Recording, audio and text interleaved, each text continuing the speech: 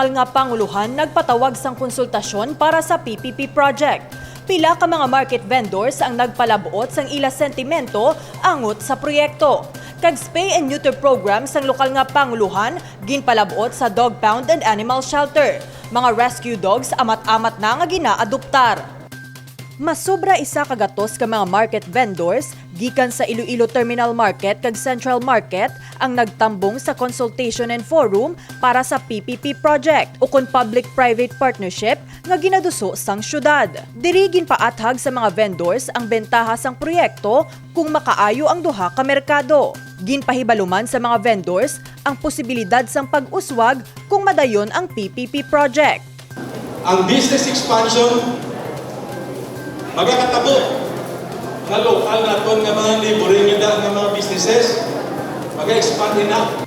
Sa pihak sini, may mga vendor sa gihapon nga nagpabutyag sang sentimento, kaangay na lang ni Luisa Magbanwa, fish vendor sa Iloilo Central Market. Suno sa iya, wala sang problema ang proyekto kag iya nahangpan nga para ini sa kaayuhan. Apang nagakabalaka siya sa posibilidad sang pagsaka sang renta. Sa amon nga market, okay lang na basta sa kaayuhan lang sa negosyo nga hindi lang matamaan ang renta.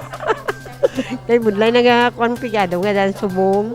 Di kinalan tanong kay makas bisan may high blood kasi bilang ako negosyo kay makabuli ko sa ako nga man iban nga buloligong kabataan ko kay naluoy makum. Paborman ang proyekto nga ini kay Jacob Ravina, isa ka native product vendor sang Iloilo Terminal Market. Sa modernization, okay, kung sa modernization, namin ginasakay para damo mga sabag yung mga customer, no? Na muna. Okay lang gid. Tapos Sa pamantag mo, paano ini makabulig sa inyo? mabulig sa okay man damo kita mabulig. Nagtambong man si Mayor Jerry Trenya sa konsultasyon para mapamatian ang mga vendors. Nagpabutyag man ini nga bukas ang iya opisina para sa mga vendors nga may luyag ipalabot. Ang PPP project sang syudad sa duha ka merkado ang sa idalom sang SM Prime Holdings. Nga amo ang nagpabutyag sang interes para sa pag-rehabilitate sang Iloilo Terminal Market kag Iloilo Central Market.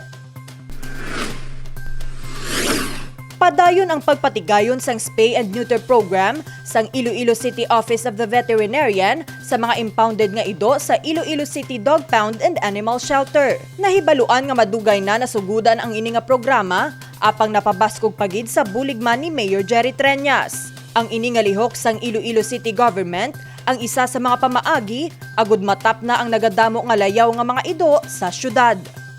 The spay and neuter program is part of the strategy to reduce the population of unwanted pets or more stray animals. This is done through removal of the testicles in male, and in female it is the removal of ovary and uterus. So this is a project actually that we started 2016, and it is only now that through Mayor Jerry Treñas that we will intensify this. This will be a regular program already of our department to really address the overpopulation.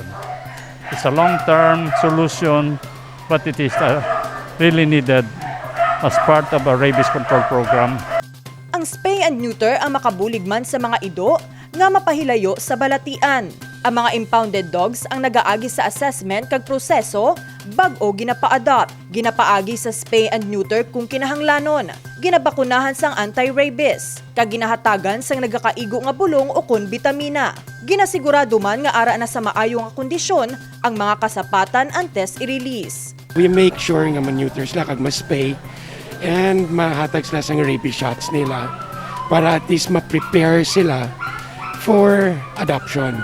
We will try nga i-atinderon sila di Mayo para ma-prepare sila for adoption. Kasi hindi man ta gusto nga ipa-adoptar sila nga medyo wild dog sila or whatsoever.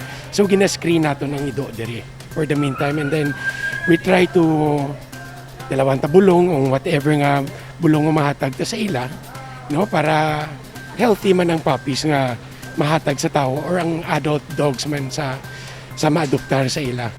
Sang damlag lang, isa katutoy ang na-adopt sang Hagurin family. Ginbisita sang pamilya ang animal shelter kag nadala pa uli ang ila bag-o nga hinuptan. Sa karon, mayara sang ginabanta si 70 ka mga ido sa dog pound and animal shelter. Kag bukas para sa mga responsable nga pet owners nga maluyag mag-adoptar sang rescued nga mga ido. Justine Catalan para sa Level Up Patrol.